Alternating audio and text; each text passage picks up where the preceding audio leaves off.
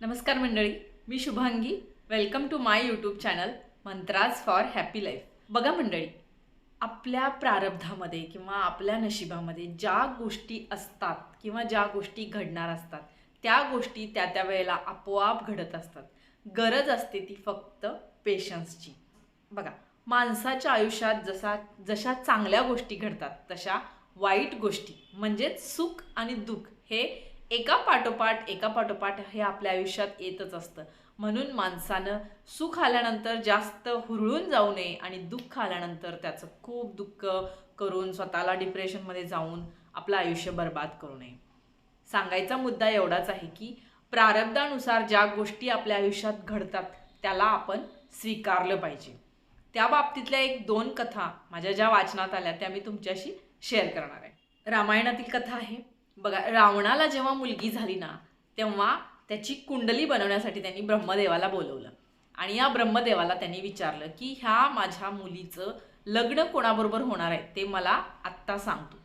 त्यावेळेला ब्रह्मदेव त्याची कुंडली काढतात आणि कुंडली बघून त्यांच्या समोरच दरबारामध्ये एक झाडूवाला असतो ना त्याच्याकडे बोट दाखवतात आणि म्हणतात की हे बघ रावणा, ह्या मुलीचा नवरा म्हणून किंवा पती म्हणून तो झाडूवाला होणार आहे. असं म्हणल्यानंतर रावणाला इतका राग आला. रावण आधीच अहंकारी, त्याला त्याच्या ज्ञानाचा, त्याच्या सौंदर्य, त्याच्या समृद्धीचा, त्याच्याजवळ असणाऱ्या संपत्तीचा इतका गर्व असतो की त्याला असं वाटत असतं की माझी मुलगी आणि ह्या झाडूवाल्याशी शक्यच नाही. म्हणून तो काय करतो की त्या नोकराला बोलवून घेतो आणि ब्रह्मदेवाला सांगतो की बघा, तुमचा हा जो लेख तुम्ही लिहिलेला आहे किंवा ही जी कुंडली आहे ती मी कशी बदलतो. रावण नोकराला बोलवून घेतो, त्या झाडूवाल्याला बोलवून घेतो आणि नोकराला असं सांगतो की ह्याचा पायाचा अंगठा कापा आणि समुद्रात फेकून द्या.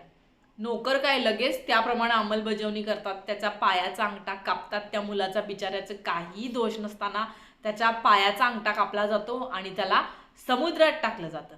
पण म्हणतात ना की देव तारी त्याला कोण मारी, काही होत नाही त्या मुलाला. तो मुलगा समुद्रातून वाहत वाहत वाहत एका बेटावर जातो.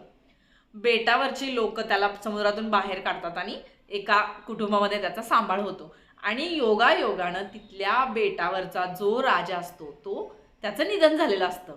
आणि त्या राज्याची एक प्रथा असते की जेव्हा राजाचं निधन होतं तेव्हा ती लोक काय करतात की एका राज हत्ती असतो त्याच्या सोंडेमध्ये एक माळ देतात आणि त्याला सगळ्या गावातून किंवा त्या बेटातून फिरवतात.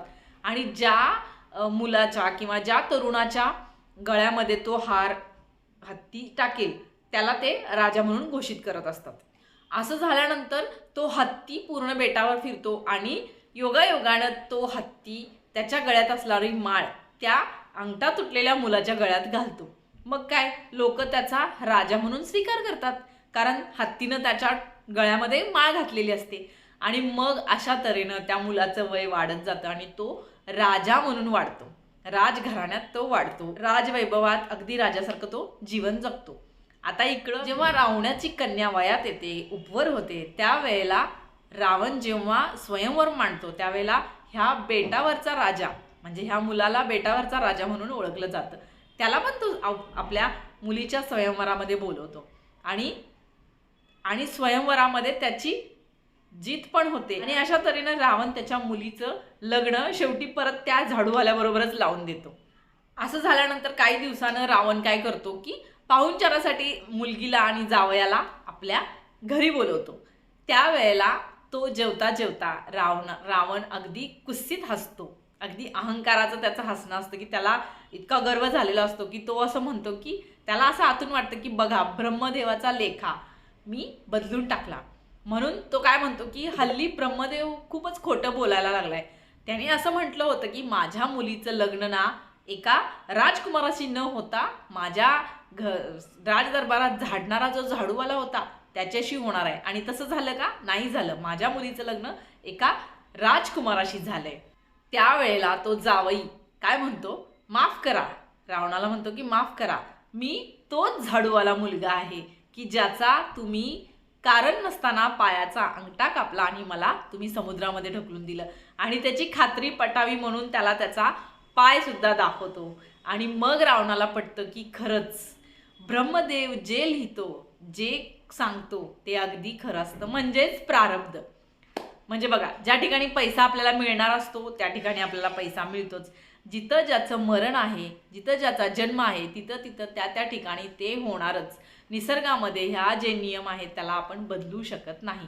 म्हणून आपण आपला स्वीकार्य भाव म्हणजे काही गोष्टी स्वीकारण्याचं जे आपल्यात धाडस असतं ते आपण वाढवलं पाहिजे आणि असं केलं तरच आपण सुखी राहू. गरुडाची पण कथा आपल्याला सांगता येईल की गरुडाची आई जेव्हा आजारी पडली ना, तेव्हा सगळे देवलोक राक्षस लोक सगळे लोक त्याच्या आईला बघण्यासाठी रोज सकाळ संध्याकाळ दुपार जसा वेळ मिळेल तसं लोक येत असतात. मग त्यावेळेला गरुड रोज येऊन आईला विचारत असतो की रोज संध्याकाळी जेव्हा गरुड घरी येतो तेव्हा आईला विचारतो की आज तुला भेटायला कोण कोण आलं होतं. मग रोज आई त्यांची नावं सांगत असते. एकदा काय होतं की एकदा यमराज येऊन भेटून जातात, पण जाताना ते हसतात आणि संध्याकाळी जेव्हा गरुड परत घरी येतो तेव्हा तो विचारतो आईला की आज कोण कोण आलं होतं ग आई. त्यावेळेला आई म्हणते की आज बरेच लोक आले होते आणि त्याचबरोबर यमराज पण आले होते, पण मला ना त्यांची एक गोष्ट खटकली, ते जाताना माझ्याकडे असं वेगळ्या पद्धतीनं हसून जात होते. असं ऐकल्यानंतर मग गरुडाला शंका येते की यमराज आणि हसून गेले म्हणजे नक्कीच काहीतरी वाईट घडणार आहे. म्हणून तो काय करतो की आपल्या आईला उचलतो आणि घोर जंगलात नेऊन ना एका मोठ्या झाडाच्या बुंद्यामध्ये ना खोडामध्ये आत लपवून ठेवतो. यमराज तिथं पण येतो आणि यमराजांना गरुड विचारतो की काल तुम्ही माझ्या आईला बघायला आला होता आणि जाताना तुम्ही का हसला बरं. त्यावर तो म्हणतो की तुझ्या आईचा मृत्यू तर ह्याच जंगलात ह्याच झाडाच्या खोडात असताना ती अजून घरी कशी आहे, म्हणून मी जाताना तिच्याकडे हसत गेलो. त्यावेळेला गरुड आत जाऊन बघतो त्या झाडाच्या खोडामध्ये, तर खरंच त्याची आई देवाघरी गेलेली असते. ह्याचाच अर्थ काय की मृत्यू आपण टाळू शकत नाहीये. म्हणूनच तर काहींचा मृत्यू एस टीमध्ये होतो, काहींचा मृत्यू दवाखान्यात होतो, काहींचा रेल्वेमध्ये प्रवासामध्ये, काहींचा पाण्यात, काहींचा रस्त्यावरती. हे सगळं काळाच्या हातात आहे. पण काळाचा सूत्रधार मात्र तो परमात्मा आहे आणि काळ कोणत्या रूपात आपल्या समोर प्रगट होईल आपल्याला अजिबात माहिती नाही.